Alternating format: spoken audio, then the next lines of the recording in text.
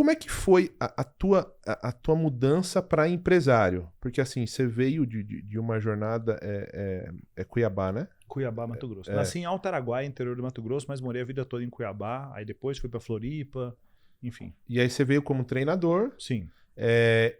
Qual foi o primeiro momento que você falou, cara, eu tenho um negócio. Isso aqui, eu não sou um treinador, eu não sou um palestrante. Eu tenho um negócio e nesse negócio eu dou palestra. Qual foi o momento que isso começou a virar a chave? Cara, eu acho... o que acontece é o seguinte, eu sempre tive uma disfunção muito grande em relação a estar à frente do negócio. Eu era mega disfuncional em inúmeras coisas. E era por questão de não ter conhecimento, era por questão de ingenuidade e era por questão de sabotagem, né? Ou como o Elton fala, de não permissão, talvez, né? Então eu tinha muitas essas questões. Então, por exemplo, tinha uma época quando eu comecei lá em Cuiabá a fazer pequenos treinamentos e tudo, ralava 45 dias para poder colocar 15 pessoas em sala e eu fiz isso durante quase 8 anos. Bastante tempo no offline, realmente, fazendo panfleto, fazendo outdoor. Não tinha anúncio para landing page, nada disso. Aí o que acontecia? Eu era o treinador que precisava fazer esse trabalho sujo de ter que fazer a venda e tudo mais, porque eu queria era estar ensinando as pessoas ali. E quando eu comecei a trazer pessoas para poder me ajudar, trazer uma pessoa do financeiro, uma pessoa do comercial, a primeira pessoa que eu trouxe foi a Adriana, lá de Cuiabá, que uma querida amiga, ela começou a ser a minha comercial. E aí eu comecei a trazer essas pessoas, montar um time, mas sempre era assim, eu olhava, era um clubinho de amigos, era um clubinho de gente que eu queria bem, e todo mundo me ajudava a fazer a coisa que eu tinha tesão. Que era a minha cachaça. Eu quero ir lá, eu quero treinar pessoas. É isso. Então, e aí eu não me importava muito se aquilo estava dando lucro, eu não me importava muito quanto é que estava sendo pago para as pessoas, eu não me importava muito com o processo, eu só queria que a turma tivesse mais pessoas. 15 era pouco, 30 já era um sucesso para mim.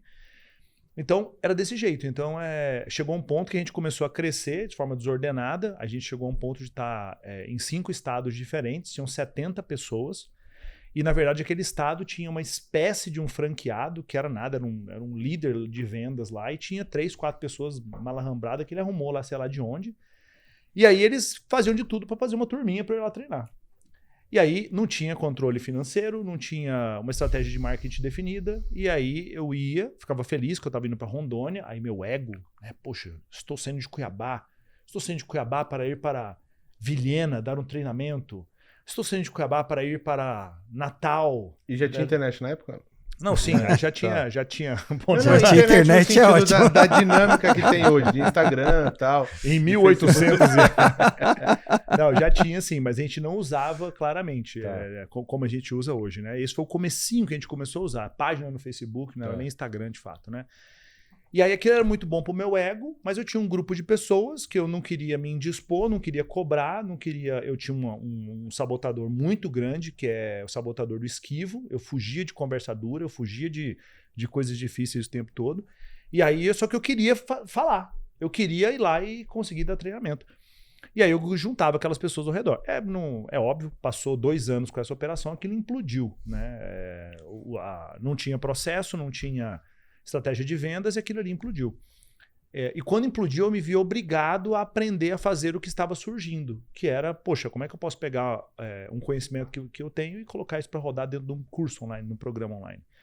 E aí eu precisei ir para esse lugar. Aí já começou uma coisa híbrida, já começou os eventos presenciais acontecendo, pequenininhos ainda, com 20 pessoas, 30 pessoas, 45 dias ralando para isso, e começou a vir os produtos online devagarinho ali.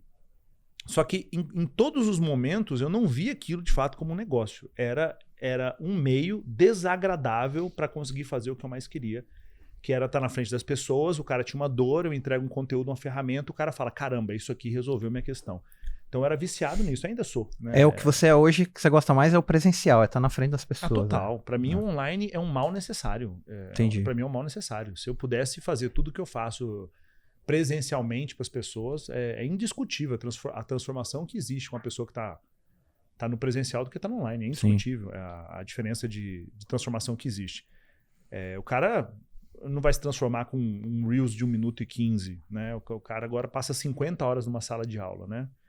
Então assim, a gente pode ir para esse assunto que é bem interessante, que o pessoal sempre pensa em educação online, mas não pensa no presencial, e tem uma coisa que é bem interessante sobre o presencial aí, que a gente pode falar depois. Mas eu comecei a ver isso como um negócio de fato, como, cara, eu tenho uma empresa de fato, Eu acredito que foi de uns 4 anos para cá. Caramba. Foi Depois da recentemente. pandemia? Eu acho que então 2018, 2019. Então vai dar, sei lá, uns 6 6 anos anos. pra cá. Foi. Eu te encontrei. E de 18 anos que eu treino pessoas, para as pessoas terem ideia do quanto tempo. Eu te encontrei em 2016. Foi 2016, né? Nos Estados Unidos. No Tony. No Tony Robbins.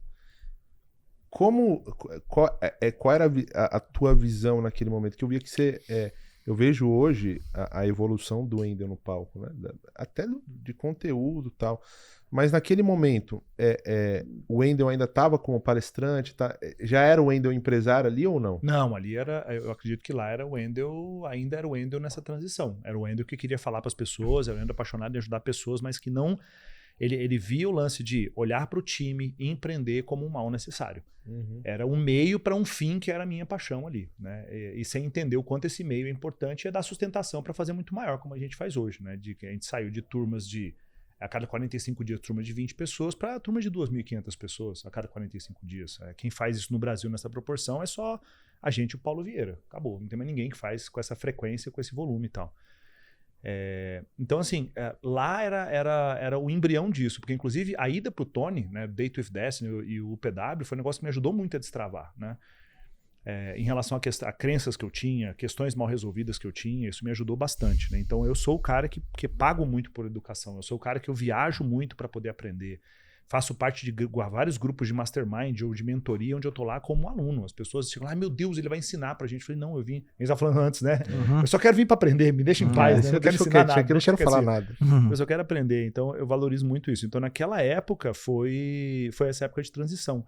Logo depois daquilo, ou seja, 1 ano e meio depois daquele momento que a gente estava lá nos Estados Unidos, lá, foi que veio esse momento novo aí. E aí foi quando surgiu o Protagon. E aí foi quando a gente começou a ter... um time e eu falei, poxa, eu preciso olhar mais para essas pessoas, eu preciso criar mais estrutura, eu preciso organizar isso daqui, senão, por incrível que pareça, demorou muitos anos para eu entender. Se o time estiver organizado, se eu fizer gestão disso daqui, eu vou fazer o que eu quero para mais pessoas. Então para mim a chave era, eu tenho que ter capilaridade, eu tenho que pulverizar um monte de gente e ver se esse povo aí mal organizado, se eles conseguem trazer mais gente. E foi justamente o oposto. Menos gente, mais organização, mais concentrado para poder fazer o que a gente faz hoje.